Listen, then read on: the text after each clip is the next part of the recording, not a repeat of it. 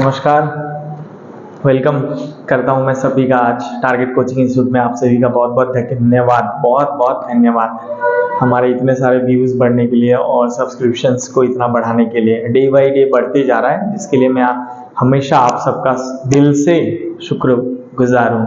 ठीक है, तो बहुत बहुत शुक्रिया अगेन। आज हम लोग आए हैं आप लोगों को बताने के लिए कि एसएससी जीडी, जैसे कि हम लोगों ने लास्ट वीडियो में बताया आप लोगों को कि एसएससी जीडी का नोटिफिकेशन आ चुका है। तो 24 नवंबर से स्टार्ट हो रहा है एसएससी जीडी। तो जो भी बच्चे एसएससी जीडी का इंतजार कर रहे थे उनके लिए तो बहुत बड़ा अपॉर्चुनिटी है, गोल्डन अपॉर्चुनिटी जिसको बोलते हैं। 84,866 पोस्ट आया हुआ है टोटल। तो ये कोई जोक नहीं है। लास्ट टाइम एसएससी जीडी में आई थिंक 25,000 वैकेंसी था। तो आप सोचो 25,000 वैकेंसीज की जगह इस बार आपको दिया जा रहा है 84,866। आप खुद सोचो 25 का 3 गुना करेंगे तो बनता है 75,000, उससे भी ज़्यादा वैकेंसी दिया गया है। तो इससे ज़्यादा अपॉर्चुनिटी आपको क्या मिलेगा? तो इस बार मिस नहीं होना चाहिए। जिन बच्चों ने लास्ट ईयर मिस किया था, मैं उनको भी रिक्वेस्ट करता हूँ, आओ ज्वाइन करो हमारे चैनल को, हमारे ऑफलाइन क्लासेस को ज्वाइन कर लो या फिर ऑनलाइन ही ज्वाइन कर लो, लेकिन ज्वाइन करो। और जो भी नए बच्चे आ रहे हैं उनको भी मैं रिक्वेस्ट करता हूँ, प्लीज़ हमारे चैनल को सब्सक्राइब कीजिए और हमारे साथ बने रहिए। बहुत ज़्यादा हेल्पफुल होने वाला है आप लोगों के लिए एसएससी जीडी का। पूरा प्रिपरेशन हम लोग कराएंगे, ऑल सिलेबस कवर करेंगे। ठीक है, तो एक बहुत अच्छा न्यूज़ है। आज हम लोग उसी टॉपिक पे बात करेंगे, एसएससी जीडी का फुल सिलेबस डिटेल बताएंगे। डिटेल में बताएंगे कि आपको मैथ्स में क्या क्या पढ़ना है, किस किस टॉपिक से क्वेश्चंस रहेंगे, रीजनिंग में क्या क्या टॉपिक इंपॉर्टेंट रहेगा, क्या क्या टॉपिक दिया गया है सिलेबस पूरा डिटेल्स में, इंग्लिश में, फिर जीके सेक्शन में भी क्या पढ़ना है ये भी बताऊंगा मैं। ठीक है, तो जो भी नए बच्चे हैं उनको मैं बोलूंगा कि पूरा वीडियो देखें ताकि आपको सिलेबस समझ में आए। और जो लोग पुराने बच्चे हैं, जो लोग लास्ट ईयर मिस किए हैं, उनको सिलेबस पता है, तो आप लोगों के लिए थोड़ा बहुत देख लो कि क्या क्या इंपॉर्टेंट टॉपिक है, इसलिए आप लोग देखिए। लेकिन जो लोग नए हैं उनको तो पूरा वीडियो, पूरा सिलेबस जानना बहुत जरूरी है। ठीक है, और हम लोग इस टॉपिक के बाद ही हम लोग क्लासेस स्टार्ट कर देंगे एसएससी जीडी के लिए। तो जिन लोगों ने अभी तक सब्सक्राइब नहीं किया है, प्लीज मैं रिक्वेस्ट करता हूं सब्सक्राइब करें और शेयर करना बिल्कुल भी ना भूलें। जितना ज्यादा हो सके शेयर कीजिए। तो सिलेबस देखिए, एसएससी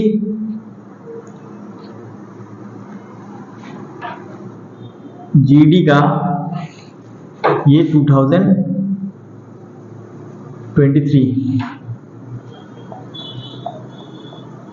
सिलेबस जो है, इस बार जो सिलेबस रहने वाला है, स्टार्टिंग में मैं आपको मैथ्स का बता रहा हूं। मैथ्स, ठीक है, मैथ्स सेक्शन में क्या होगा, ये 23 और 24 मैथ्स सेक्शन में सिलेबस कैसा रहता है बताते हैं। ठीक है, सबसे पहले सिलेबस को हम लोग स्किप करते हैं, मैथ्स का डिस्कशन करते हैं। मैथ्स में क्या क्या आने वाला है, तो ये आपको मैथ्स में क्या क्या पढ़ना है, जैसे कि सबसे मैथ्स देखिए, मैथ्स हो रीजनिंग हो सब कुछ सेम ही रहता है, चैप्टर्स वही हैं, लेकिन आपको बार बार रिपीट करना है। फिर भी मैं बता रहा हूं क्योंकि बहुत सारे बच्चे नए होते हैं जो इस साल ही एसएससी जीडी में आएंगे बस, तो इसीलिए आप लोग भी देख लो एक बार। सबसे पहला टॉपिक रहने वाला है आप लोगों का नंबर सिस्टम। मैथ्स का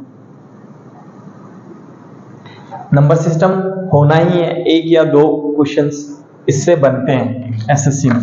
दूसरा आएगा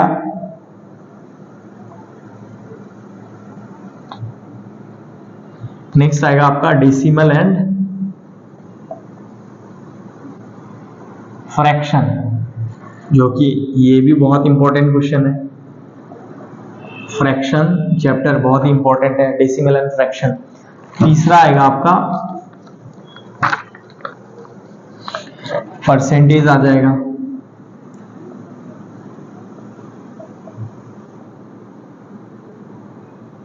फोर्थ आ जाएगा प्रॉफिट एंड लॉस।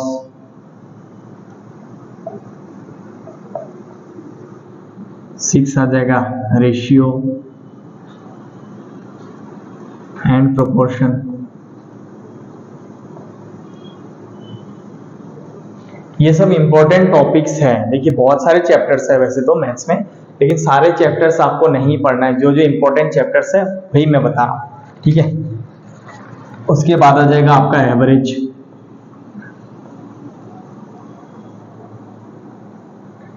नेक्स्ट आ जाएगा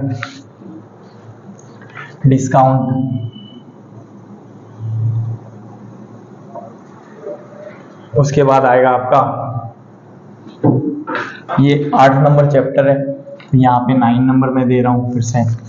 उसके बाद आएगा मेंसुरेशन आ जाएगा।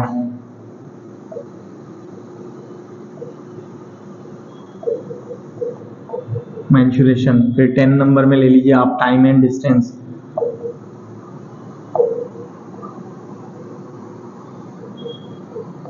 इलेवन में ले लो आप time and work.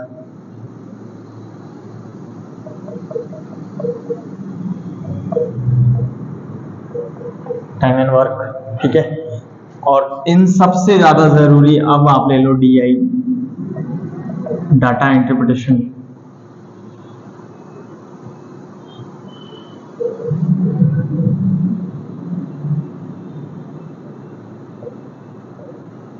Data interpretation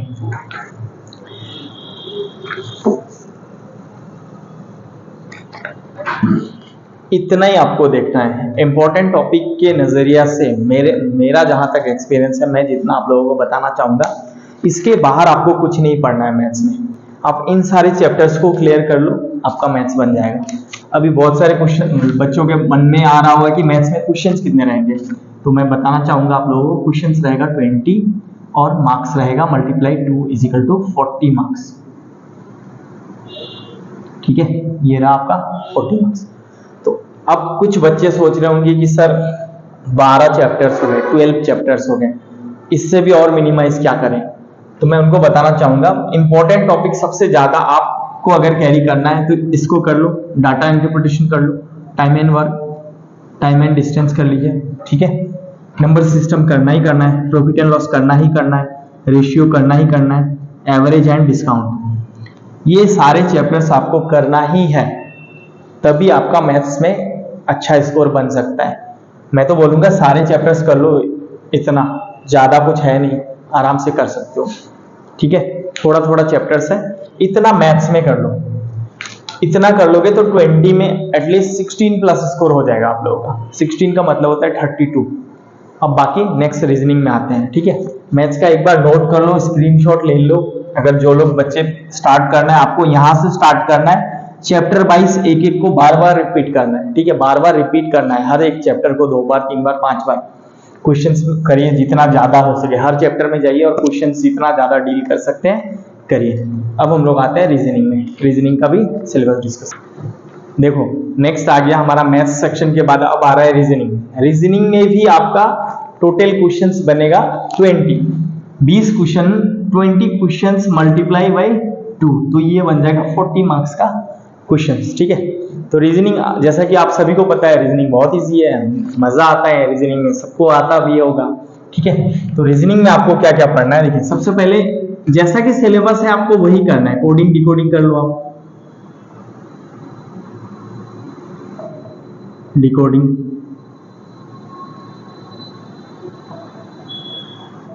एक चैप्टर ये हो गया, ये इससे क्वेश्चंस होना ही होना है, लेकिन आप पे डिपेंड करता है कि आप स्कोर कर पाते हो कि नहीं, आपका क्वेश्चन सही होता है कि नहीं।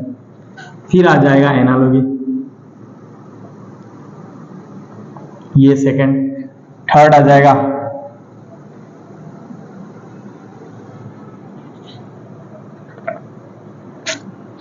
ये आ जाएगा visual memory.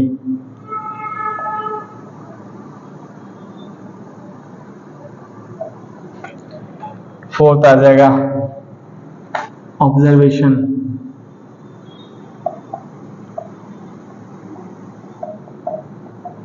Observation.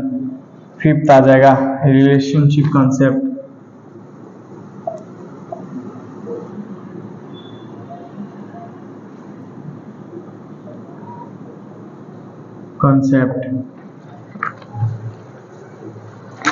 Six number में मैं देना चाहूंगा arithmetic.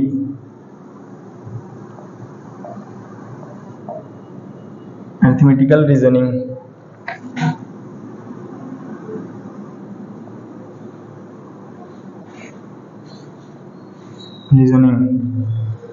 And figural classification and figure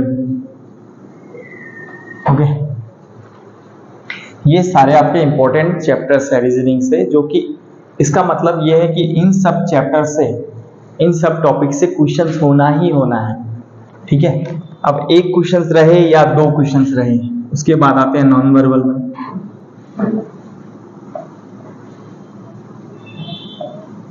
non verbal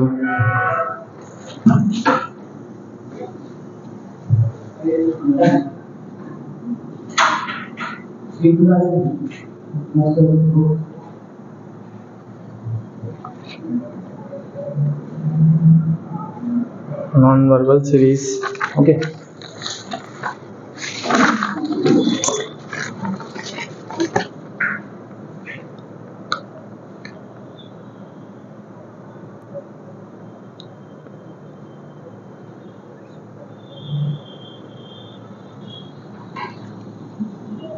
बस इतना ही कर लो आप लोग रीजनिंग में, इससे ज़्यादा मैं नहीं देना चाहता हूँ। ठीक है, इतना कर लीजिए, रीजनिंग आपका क्लियर हो जाएगा, डोंट वरी। इतना रीजनिंग के लिए काफ़ी है। रीजनिंग में मैं बता रहा हूँ फिर से कि 20 क्वेश्चंस रहेगा, 20 क्वेश्चंस होंगे, मल्टीप्लाई बाई 2 मार्क्स, तो बनते हैं 40 मार्क्स। 40 में से अगर आप 35 भी कैरी कर सको बहुत है, 35 आप कैरी कर लो, आराम से हो जाएगा। ठीक है, लेकिन इतना आपको पढ़ना ही पढ़ना है। इसके बाहर भी और भी सिलेबस में है, ठीक है, चैप्टर्स और भी आएंगे, लेकिन मैं क्या बोल रहा हूँ कि आपको इतना करना ही करना है। पूरा सिलेबस कवर करना चाहोगे कभी नहीं हो पाएगा, तो थोड़ा करना ही पड़ेगा। ठीक है, अभी आगे चलते हैं हम लोग जीके सेक्शन में। देखिए, जीके में भी जैसा कि आप सभी को पता है 20 क्वेश्चन ही होंगे। 20 क्वेश्चन मल्टीप्लाई 2, तो टोटल मार्क हो जाएगा आपका 40 मार्क्स। Okay, 40 marks. अब जीके में क्या क्या पढ़ेंगे, क्या क्या देखेंगे, तो सबसे पहले आता है आपका स्पोर्ट्स। इस टॉपिक को क्लियर करो, जितना क्वेश्चंस है, जितना होने वाला है और ज़्यादा करो। ठीक है, दूसरा आपके पास आ जाएगा हिस्ट्री। हिस्ट्री तो जितना पढ़ोगे कम पड़ेगा, हिस्ट्री जितना ज़्यादा पढ़ोगे उतना फायदा होने वाला है। लेकिन अगर आप थोड़ा बहुत हिस्ट्री पढ़ के अगर सोच रहे होगे कि कुछ कॉमन गिर जाए, पॉसिबल नहीं है, तो जितना ज़्यादा हो सके हिस्ट्री में पढ़ो। थर्ड, कल्चर, ये एक बहुत ही इंपॉर्टेंट टॉपिक है कल्चर।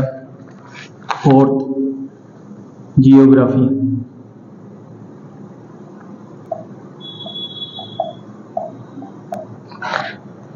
जियोग्राफी बहुत ही इंपॉर्टेंट टॉपिक है, कल्चर बहुत ज़्यादा इंपॉर्टेंट है। फिर इकोनॉमिक,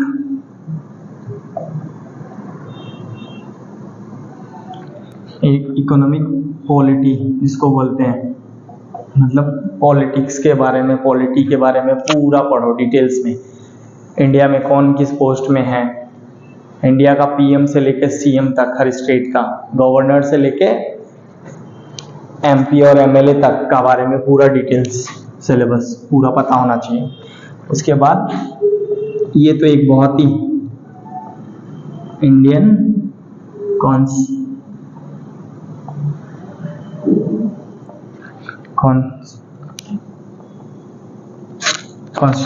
इंडियन कॉन्स्टिट्यूशन, इससे तो एकदम क्वेश्चंस बनेगा ही बनेगा, एकदम लिख के दे सकता हूँ। इस टॉपिक को एकदम अच्छे से करो, इंडियन कॉन्स्टिट्यूशन, इससे 2 या 3 क्वेश्चंस होना ही होना है। ठीक है, और इन सब के बाद साइंस से भी पढ़ना पड़ेगा आप लोगों को। साइंस से भी क्वेश्चंस आते हैं, साइंस, बायोलॉजी, फिजिक्स, केमिस्ट्री, पूरा थोड़ा बहुत जितना है क्वेश्चंस बनते हैं मल्टीपल चॉइस के, सारे पढ़ लो। और इन सब के अलावा आप एक टॉपिक ले लो, बहुत ज़्यादा इंपॉर्टेंट है, वो है करंट अफेयर्स। इसको तो एकदम मिस मत करना। करंट अफेयर्स एकदम इंपॉर्टेंट है, बहुत ज़्यादा ज़रूरी है। कम से कम 5 क्वेश्चंस इससे बनेंगे, 5 क्वेश्चंस, इतना इंपॉर्टेंट है करंट अफेयर्स। करंट अफेयर्स के बारे में सोचो मत, चुपचाप इसको पढ़ो, लास्ट 3 मंथ से पढ़ते रहो। 3 मंथ का करंट अफेयर्स निकालो, डाटा पूरा डिटेल में, और उसको कंटिन्यू करो। ठीक है, ठीक है। स्पोर्ट्स, आप हिस्ट्री के बारे में मत पढ़ो, जो अभी होने वाले स्पोर्ट्स हैं या जो अभी अभी रिसेंटली हुए उनके बारे में पढ़िए। हिस्ट्री पूरा पढ़ लो, एकदम इतिहास ही है। कल्चर हर एक स्टेट के बारे में, हर एक स्टेट में इंडिया में कल्चर अलग अलग होता है, हर एक जाति धर्म का कल्चर अलग है, तो उसको बारे में भी जानना पड़ेगा। जियोग्राफी पढ़ो, इकोनॉमिक्स पढ़ो, इंडियन कॉन्स्टिट्यूशन बहुत इंपॉर्टेंट, साइंस इंपॉर्टेंट है, करंट अफेयर्स बहुत ज़्यादा इंपॉर्टेंट है। ये चारों टॉपिक तो पढ़ना ही है आपको, sports, culture, current affairs, Indian constitution और साइंस, इन सब के बारे में पूरा पढ़ लीजिए, ठीक है। अभी हम लोग आते हैं आप लोगों का लास्ट जो है, क्या बचा, हिंदी या इंग्लिश। ओके, हिंदी या इंग्लिश क्या करेंगे। अब देखिए लास्ट सब्जेक्ट जो आता है एसएससी जीडी के लिए, उसमें हम लोगों के पास चॉइस होता है, हिंदी लो या इंग्लिश ग्रामर लो, ठीक है। तो इसमें हिंदी लीजिए या आप इंग्लिश लो, कोई फर्क नहीं पड़ने वाला। आपको पढ़ना क्या है इन दोनों में, किसी ने अगर हिंदी लिया है तो उसके लिए भी सेम है, इंग्लिश लिया उसके, दोनों में से कोई एक आप चूज कर सकते हैं, और सेम क्वेश्चन रहेगा 20 multiply by 2, total mark is 40, ठीक है। तो इसमें आपको पढ़ना है, एक ही चीज पे आप लोग ध्यान दीजिए, ग्रामर।